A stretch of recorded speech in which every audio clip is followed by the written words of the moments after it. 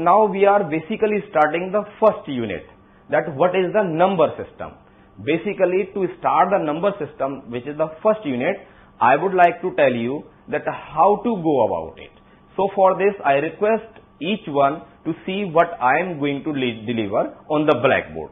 So the number system is the first unit, and its chapter which includes in the syllabus is the real numbers. So now we are starting with the unit number system.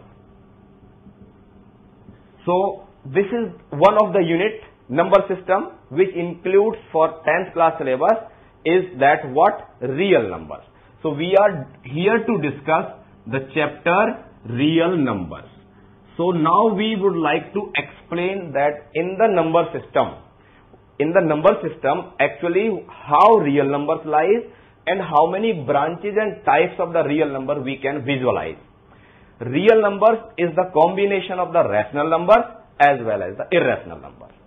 So if we talk about the rational number is that number which can be expressed in the form of P by Q. Suppose P is integer, Q is a non-zero integer, P and Q are the co-primes. The meaning of co-primes here must be clear to one and all, that co-prime numbers are not actually prime, but they are said to be relatively prime. The probability and the possibility of the defining of the rational numbers is, I am here to explain you two types of the real numbers. One, the rational numbers, and others are the irrational numbers. So if we talk about the rational numbers, as I told you that rational numbers are in the form of P by Q. P and Q are the co-primes. You can say relatively prime. In its simplest form, Q cannot be equal to 0, which can be expressed as like this. Rational numbers can be written, can be put in the form of P by Q, where P and Q both are the co-primes. Q is not equal to 0. Again, if we discuss about the rational numbers, they are again classified in the two categories. One, the categories of the terminating rational numbers, and others are the category of non-terminating rational numbers. Now a big question arises that without actually dividing, without finding P by Q, without actually performing the division, what is the way, what is the method that how we can decide that it is in the category of terminating or it is in the category of non-terminating? It's so simple, it's so easy.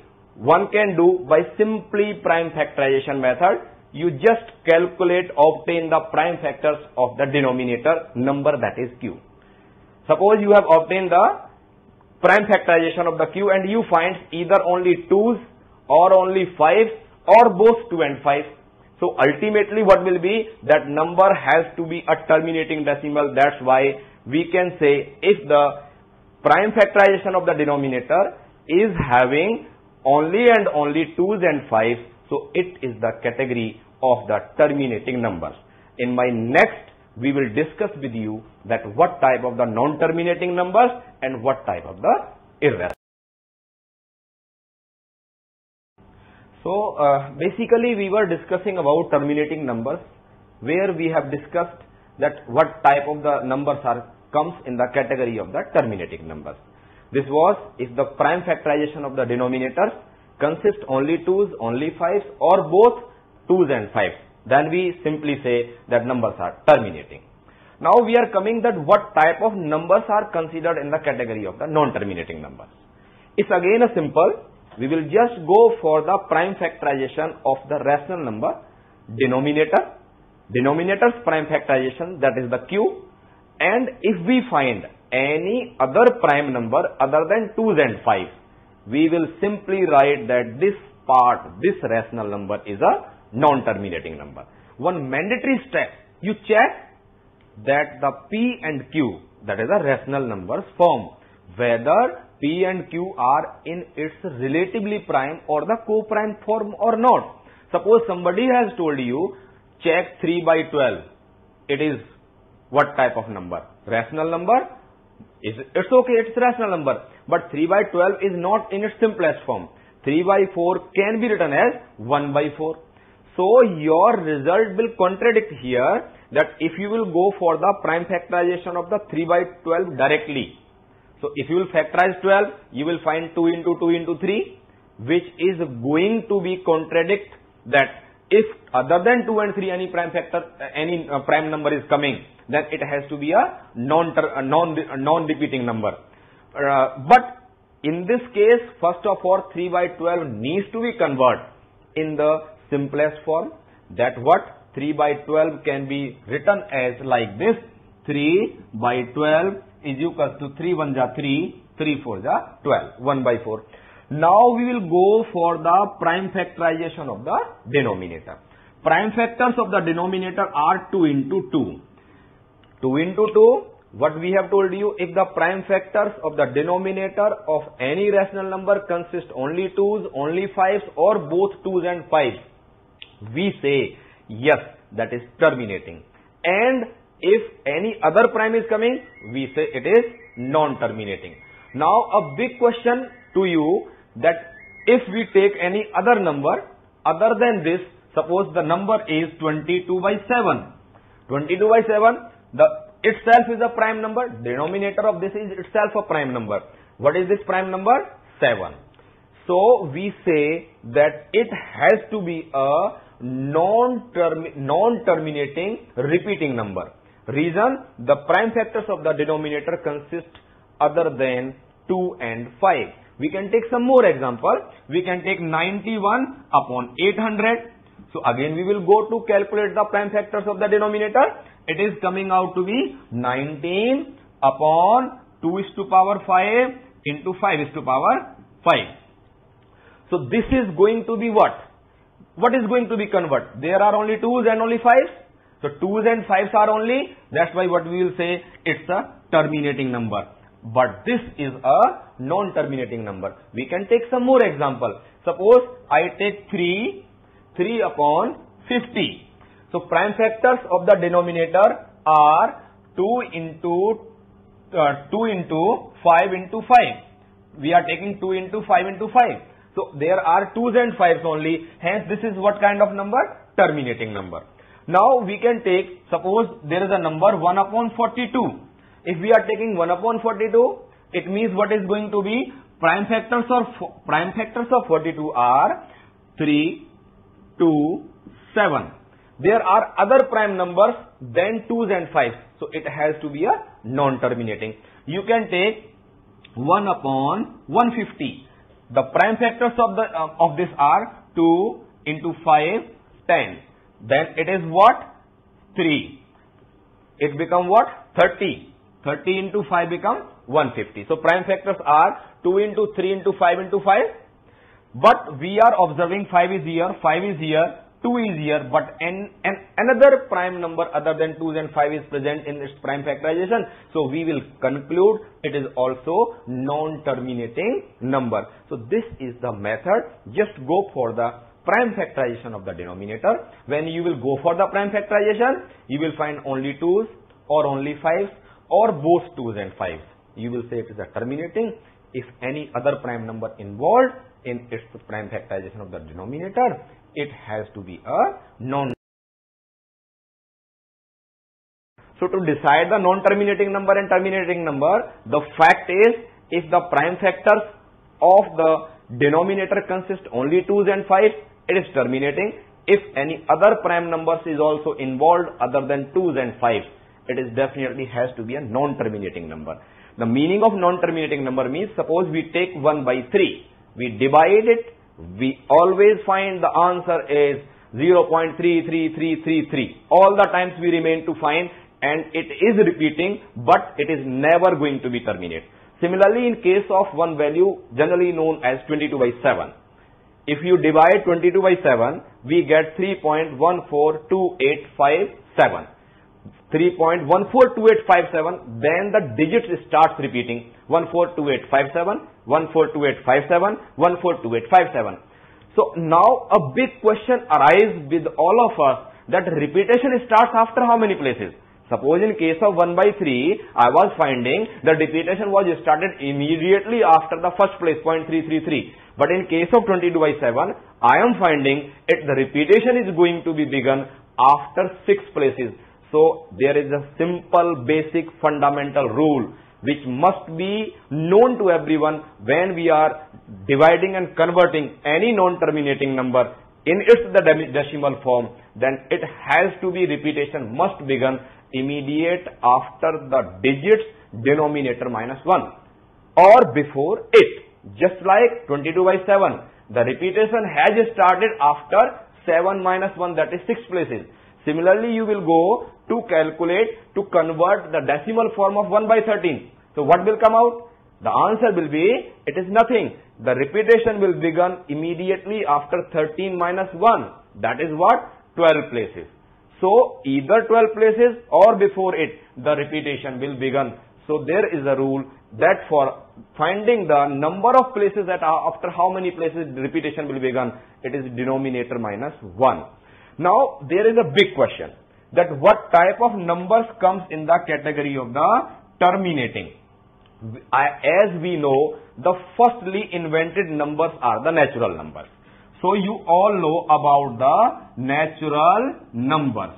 We know that the counting numbers start from 1, then go on 1, 2, 3 successively. These numbers are known as the natural numbers. So natural numbers smallest is 1, and we cannot find the largest natural number. If we add two natural numbers, we always get a natural number. If we multiply two natural numbers, we will always get a natural number. But if you subtract or divide, it is not necessary that you will get the natural number. So when you are adding or when you are multiplying the two natural numbers, you are getting again a new natural number. It is known as the closure property of the natural number. But in case of the division and in case of the subtraction, this property is not true. We all know our great mathematician Aryabhatta, born in 476, Patna. Patna is the capital of the Bihar, and when he born at the age of 23, he wrote a great book. And after that, he was the first one to give the concept of the zero. And you know what computer you are using, it is only because of the origin of the zero which was given by Aryabhatta. Aryabhatta was the first one that he told that earth is round. So our mathematics is not only the multiplication and division, it is not a dry subject. It is definitely giving us a lot of inventions, lot of uses to provide, to give the nation, the computer, the technology, the everything is resources through the math. When we include the zero in the set of natural numbers, this becomes the set of whole numbers. So the second number comes to us, that is the whole numbers. When zero is added to the set of natural numbers, this becomes the set of whole numbers. Similarly, if we come for the integers. So what are the integers? All positives and all negative whole numbers. When combined together, then we said this is the set of integers. So I have discussed with you natural numbers, counting numbers, 1, 2, 3 and up to so on. These are the natural numbers. I am going to tell you whole numbers. When we include the product of Aryabhatta 0 in the set of natural number, this becomes the whole number. And after the whole number, you just can see the all positives, all negative numbers when included, this becomes the set of. So we just need to discuss now what are the basically irrational numbers. So to understand the concept of the irrational numbers, we are coming here that numbers which are not rational but real are supposed to be considered as the irrational number. It is definitely not sufficient to define the irrational number. It is just like that somebody asked that where is your house? He said it is just opposite to the post office. And then he asked, where is the post office? He said, it is just opposite to my house. And then one asked, where are both? He said, they both are opposite to each other. So ultimately, we are not reaching to the goal. So my dear students, my dear young friends, I just would like to tell you that irrational numbers are the numbers which are non-terminating, non-repeating. You in class 8 must have calculated the value of the under root 2, under root 3, under root 5. But ultimately what? You can calculate it for the 10, 15, 20 or any number of places. Neither that value terminates and nor that value is going to give you any repetition. So ultimately you can say irrational numbers are the numbers which can neither terminate and can never repeat. So this is exact purpose to tell you the meaning of irrational number. There is one very important question which is definitely in the core of heart of everyone, that what is pi? Most of the time when we ask the students, they say, sir, pi is 22 by 7. But my young friends, pi is exactly not 22 by 7. It is nearby equal to 22 by 7. The reason is, pi is given by again Aryabhatta, which is calculated for the 4 places of the decimal. He was the first one. Pi is basically the ratio of the length of circumference to the length of diameter of any circle. And this value is approximately equal to 22 by 7. But it is not exact. Reason being, if we say pi is equal to 22 by 7, then obviously we are contradict ourselves. How? We are saying pi is 22 by 7 and 22 by 7 is a rational, and pi we always take irrational. So ultimately what we are doing? We are taking rational number is equals to irrational number, which is really a fun. A mathematics is exact. Mathematics is not approximation. So here to tell you the concept of the pi, I am going to tell you, you just can do, draw 3, 4, 5 circles, take few threads and then find the length of circumference and you find the length of diameters. You divide the length of circumference to the length of diameter 3, 4 times, you will find that ratio is not same. Ratio is going to be changed. If this ratio is going to be changed, it means that what? It is non-terminating, non-repeating considered. Hence, we always say that pi is irrational. The value of pi is not equal to 22 by 7. It is nearby equal to 22 by 7. And the decimal expansion of the 22 by 7 is a non-terminating but repeating. And pi, when we change circle to circle, the ratio of the length of the circumference and diameter, it comes changed. So this is the exact logic that we take pi as irrational. We will never take pi as rational number. We always take 22 by 7 as the. So now we are going to begin with the topic irrationality. That how we can say the given number is rational or irrational. In totality, if number is the rational, it has to be in the form of p by q, where p and q both are co-prime, relatively prime, q is not equal to 0, and you know the rational numbers are of 2 types. One very simple, terminating, and others are the non-terminating. Now if number is not lying in both the categories, then number has to be irrational as discussed with you.